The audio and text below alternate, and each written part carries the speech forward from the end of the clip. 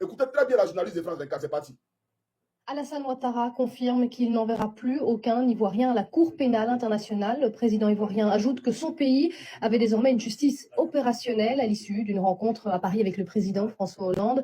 Une déclaration alors que la procureure de la CPI, accusée souvent de partialité, s'est encore engagée la semaine dernière à enquêter dans les deux camps impliqués dans la crise post-électorale ivoirienne. Voilà, donc vous avez tout compris. Parce que la CPI a décidé d'enquêter dans son camp, Draman estime que désormais, il ne peut pas envoyer d'Ivoiriens à la Cour pénale internationale. Donc, ces préfets militaires qu'on vous présente aujourd'hui comme étant des démocrates, là, et ils ne peuvent pas aller là-bas parce que la CPI a décidé d'enquêter dans les deux camps. Voilà Draman. Maintenant, on va parler de la question de l'armée française, parce que c'est bien entendu le point du jour. Mais avant de parler de la question de l'armée française, il y a un point, il y a une question que je vais poser à Draman, puisqu'il nous avait promis quelque chose. Voilà. Relativement, bien entendu, à cette même France-là, d'accord, à notre coopération avec cette même France-là. Alors, il n'a qu'à écouter attentivement cette vidéo-là, et après, j'écoute ma question. Suivez. C'est acté, le franc CFA va disparaître en 2020. Historique, c'est le mot qu'ont utilisé les deux présidents, Emmanuel Macron et Alassane Ouattara, à la sortie de leur entretien bilatéral lors de la conférence de presse. Trois principales choses vont changer. Donc, en 2020, on devait sortir du franc CFA. On devait créer notre propre monnaie en 2020.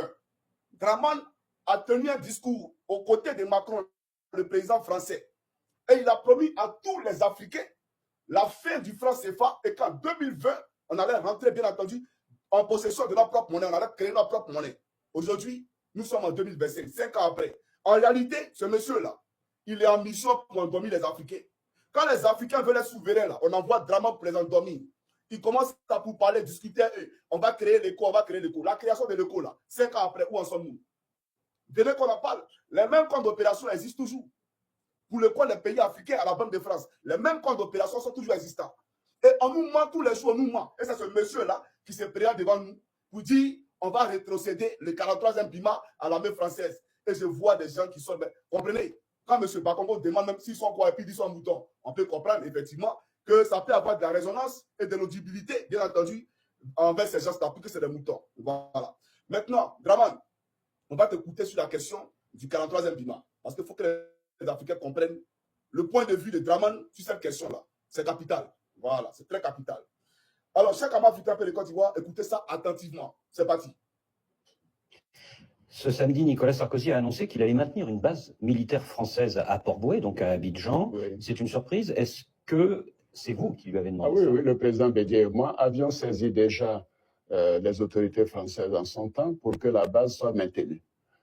Sous prétexte de choses que je ne qualifierais pas. Mon prédécesseur avait demandé le départ de la base du 43e piment. Vous savez, la Côte d'Ivoire est un lieu très important en Afrique de l'Ouest. Nous sommes tout de même au centre de l'Union économique et monétaire. Nous sommes la deuxième puissance au sein de la CEDEAO. Nous avons une coopération très étroite avec des pays comme le Burkina, le Mali, où il y a des menaces de terrorisme. Donc, nous pouvons dire que... Le terroriste, c'est encore au Burkina.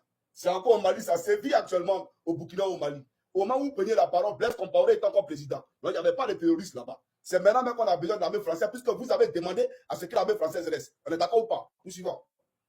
L'influence collective avec nos partenaires va jusqu'aux frontières de l'Algérie et d'autres pays où le terrorisme, quand même, est une menace. Alors, pourquoi retirer la base militaire de la Côte d'Ivoire? Je trouve que c'est un instrument important de lutter contre le terrorisme. Il faut que cette base soit renforcée.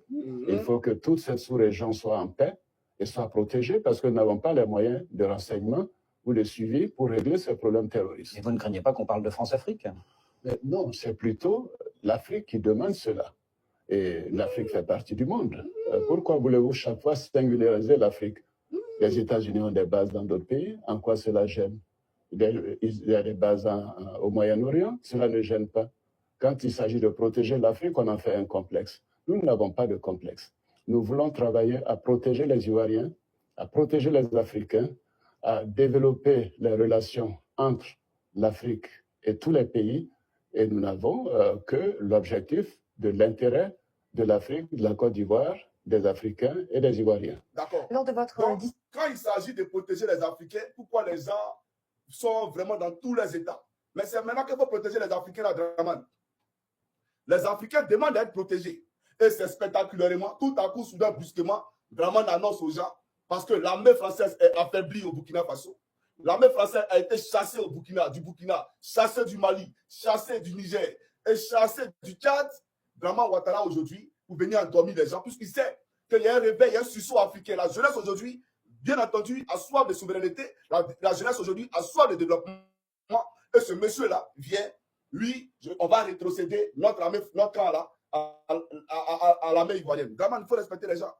Il faut nous respecter. Alors, on va écouter ici un monsieur, un Français. Et bien entendu, après, je poursuivrai ma question sur la question du 43e Bima. Voilà, il y a un Français qui a nous parlé.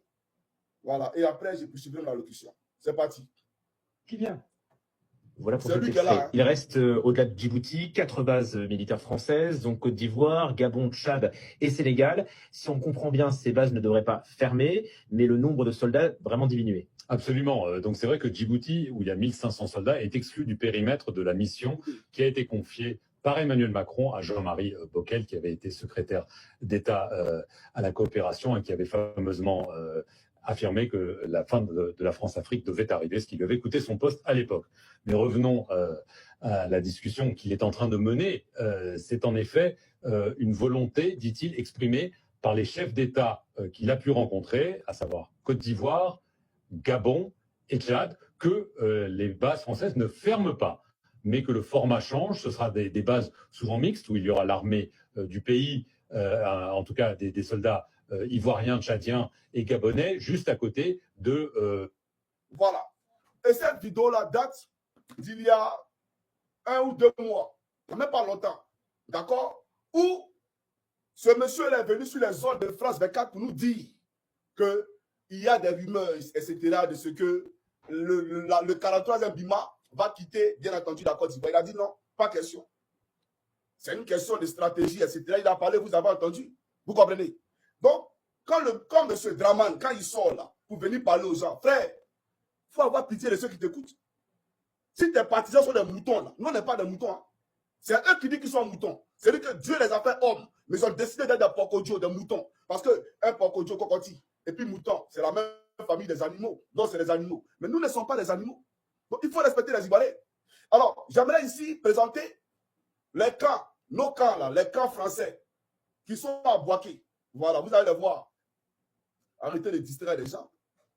Alors, ces amis africains de Côte d'Ivoire, si d'abord, Draman veut faire partie des 43e Bima, pourquoi au concert de Irma, on envoie les légionnaires français pour venir surveiller ces concerts? Si l'objectif de Draman, c'est de faire partie des 43e Bima, pourquoi alors appeler? Ce n'est pas vous qui avez dit que vous avez nommé Apollo. Apollo, il est fort, il inquiète toute la Côte d'Ivoire. Les Ivoiriens ont peur de lui, non? Mais Apollo est là. Vous êtes allé défiler avec vos engins empruntés à la France là. Vous nous avez montré que vous n'avez pas emprunté à la France, que l'arsenal qu'on a présenté pour défiler là, ça appartient à Draman. Mais on ne peut pas avoir tous ces chars blindés. On ne peut pas avoir tous ces hélicoptères et puis appeler encore la France, n'est-ce pas? Mais pourquoi vous appelez encore la France pour venir surveiller un concert d'un artiste ivoirien?